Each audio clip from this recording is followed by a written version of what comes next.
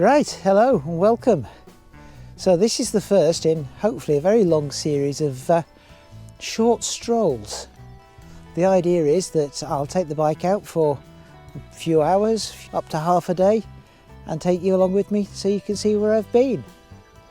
This time we're doing a little loop around the top edge of Scarborough, visiting Hackness and Ravenscar. But I've got something to tell you about Hackness.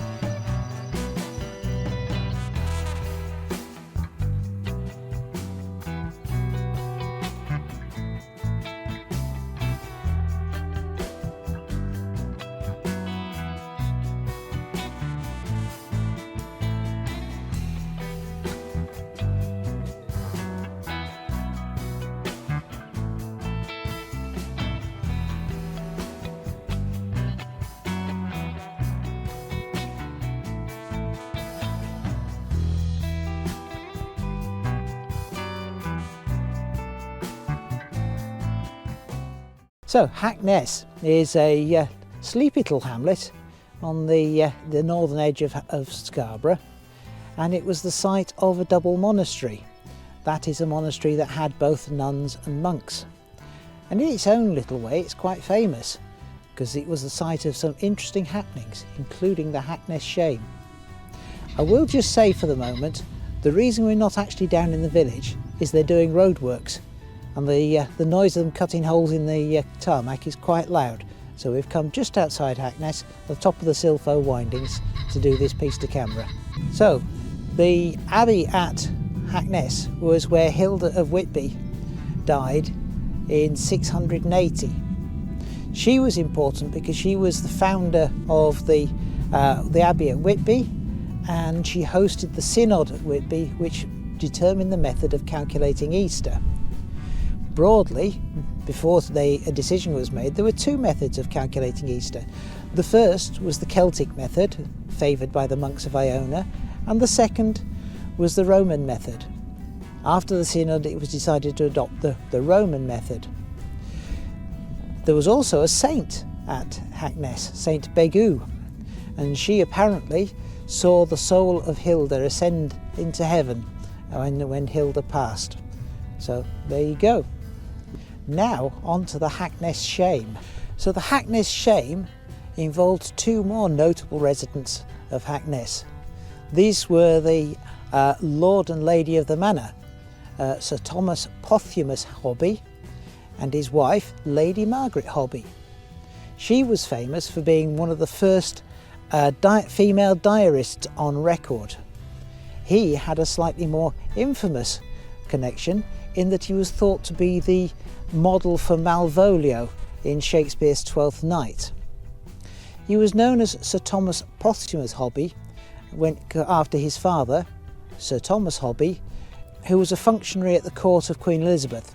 He actually was her representative at the court of France, but he died in Paris 2 months before his second son, Sir Thomas Posthumus Hobby, was born. Anyhow, Sir Thomas and his wife were fairly strict Puritan Calvinists.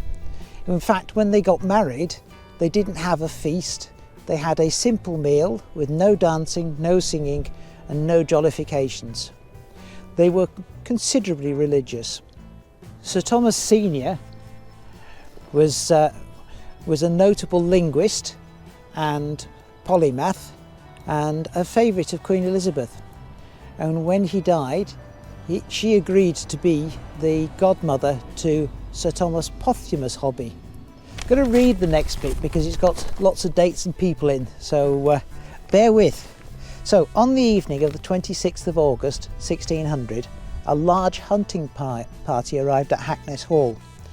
This consisted of 6 gentlemen, and after what they did, I'll use the term advisedly, 6 gentlemen, their servants, horses, dogs and hawks. Though uninvited, they claimed they'd been hunting in the Pickering Forest and now needed food and refuge for the night. Of the 6, 2 were members of the Ure family of Malton, Sir William, brother of Lord Ure, and another William, son and heir to the Lord. William Dawnay of West Ayton, who was related by marriage to the Ures, Richard Cholmondeley, eldest son and heir to Sir Henry of Roxbury Castle, William Hildyard of Bishop Wilton, and Stephen Hutchinson of Wycombe Abbey. They were all, apart from Sir William Senior, they were all young, boisterous. Hobby was obliged to give hospitality to his uninvited guests, and they deliberately abused it. They played cards and dice, knowing that Sir Thomas forbade their use in his house. Their conversation was mostly of dogs and horses, despite knowing that Sir Thomas had no interest in them. His sport was freshwater fishing and lawn green bowls on his private bowls green. They used the foulest of language, drank to excess, in the knowledge that behaviour would outrage their hosts. They laughed out loud and stamped their feet during evening prayers. The following morning, they were still drunk and demanded more wine. Although Lady Margaret had taken to her bed, young Ure forced his way into her chamber to speak with her. When they finally left, they threw stones at the glass windows of the hall and trampled a newly laid courtyard. Not content with that, they called Sir Thomas a scurvy urchin and a spindle-shanked ape in the presence of his wife. Sir Thomas complained to the Court of Star Chamber, London, and claimed that the assault had been deliberate and had been intentionally an abuse of his hospitality, his religious beliefs and his authority in the neighbourhood as an officer of the Crown. The culprits denied the charges. However, the verdict of the court went against them, and Sir Thomas Hobby was vindicated. Lady Margaret recorded in her diary in May 1602, Lord Ure came to Hackness Hall with £100 in gold for the riot committed uncivil behaviour. It seems that the Ure estate has to pay Hackness Lordship £100 a year in perpetuity. Of the other miscreants, 400 years later, Lord Down of Wycombe Abbey still pays £60 annually to Lord Derwent for the Hackness shame. There's karma for you.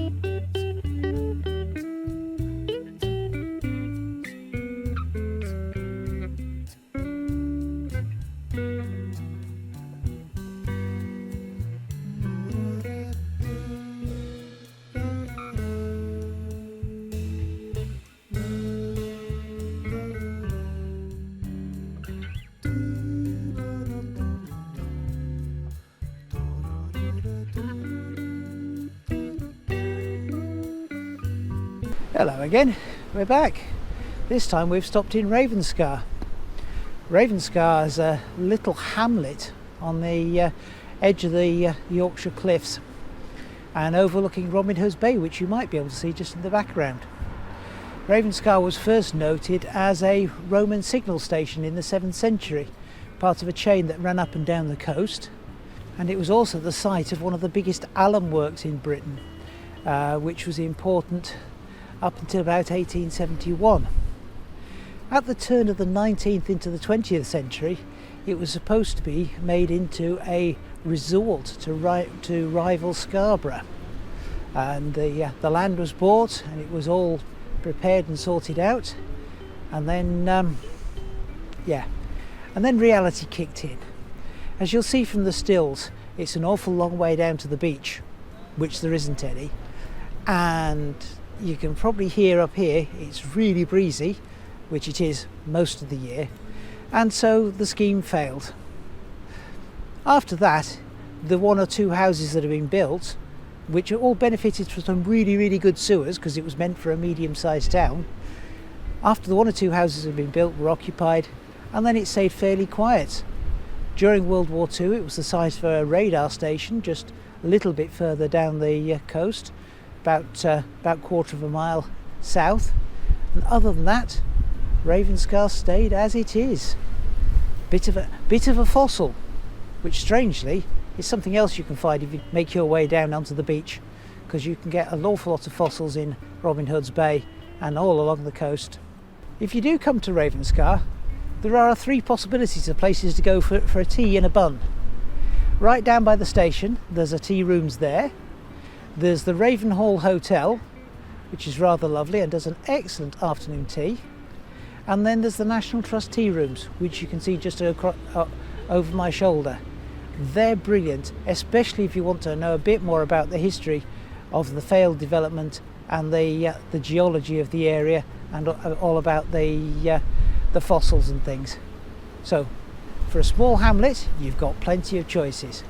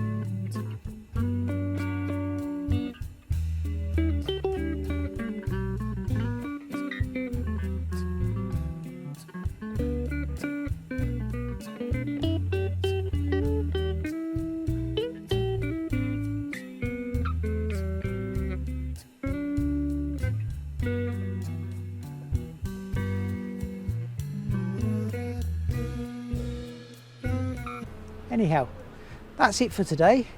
Hope you enjoyed coming along for the ride, and we'll maybe see you on the next one. Bye for now.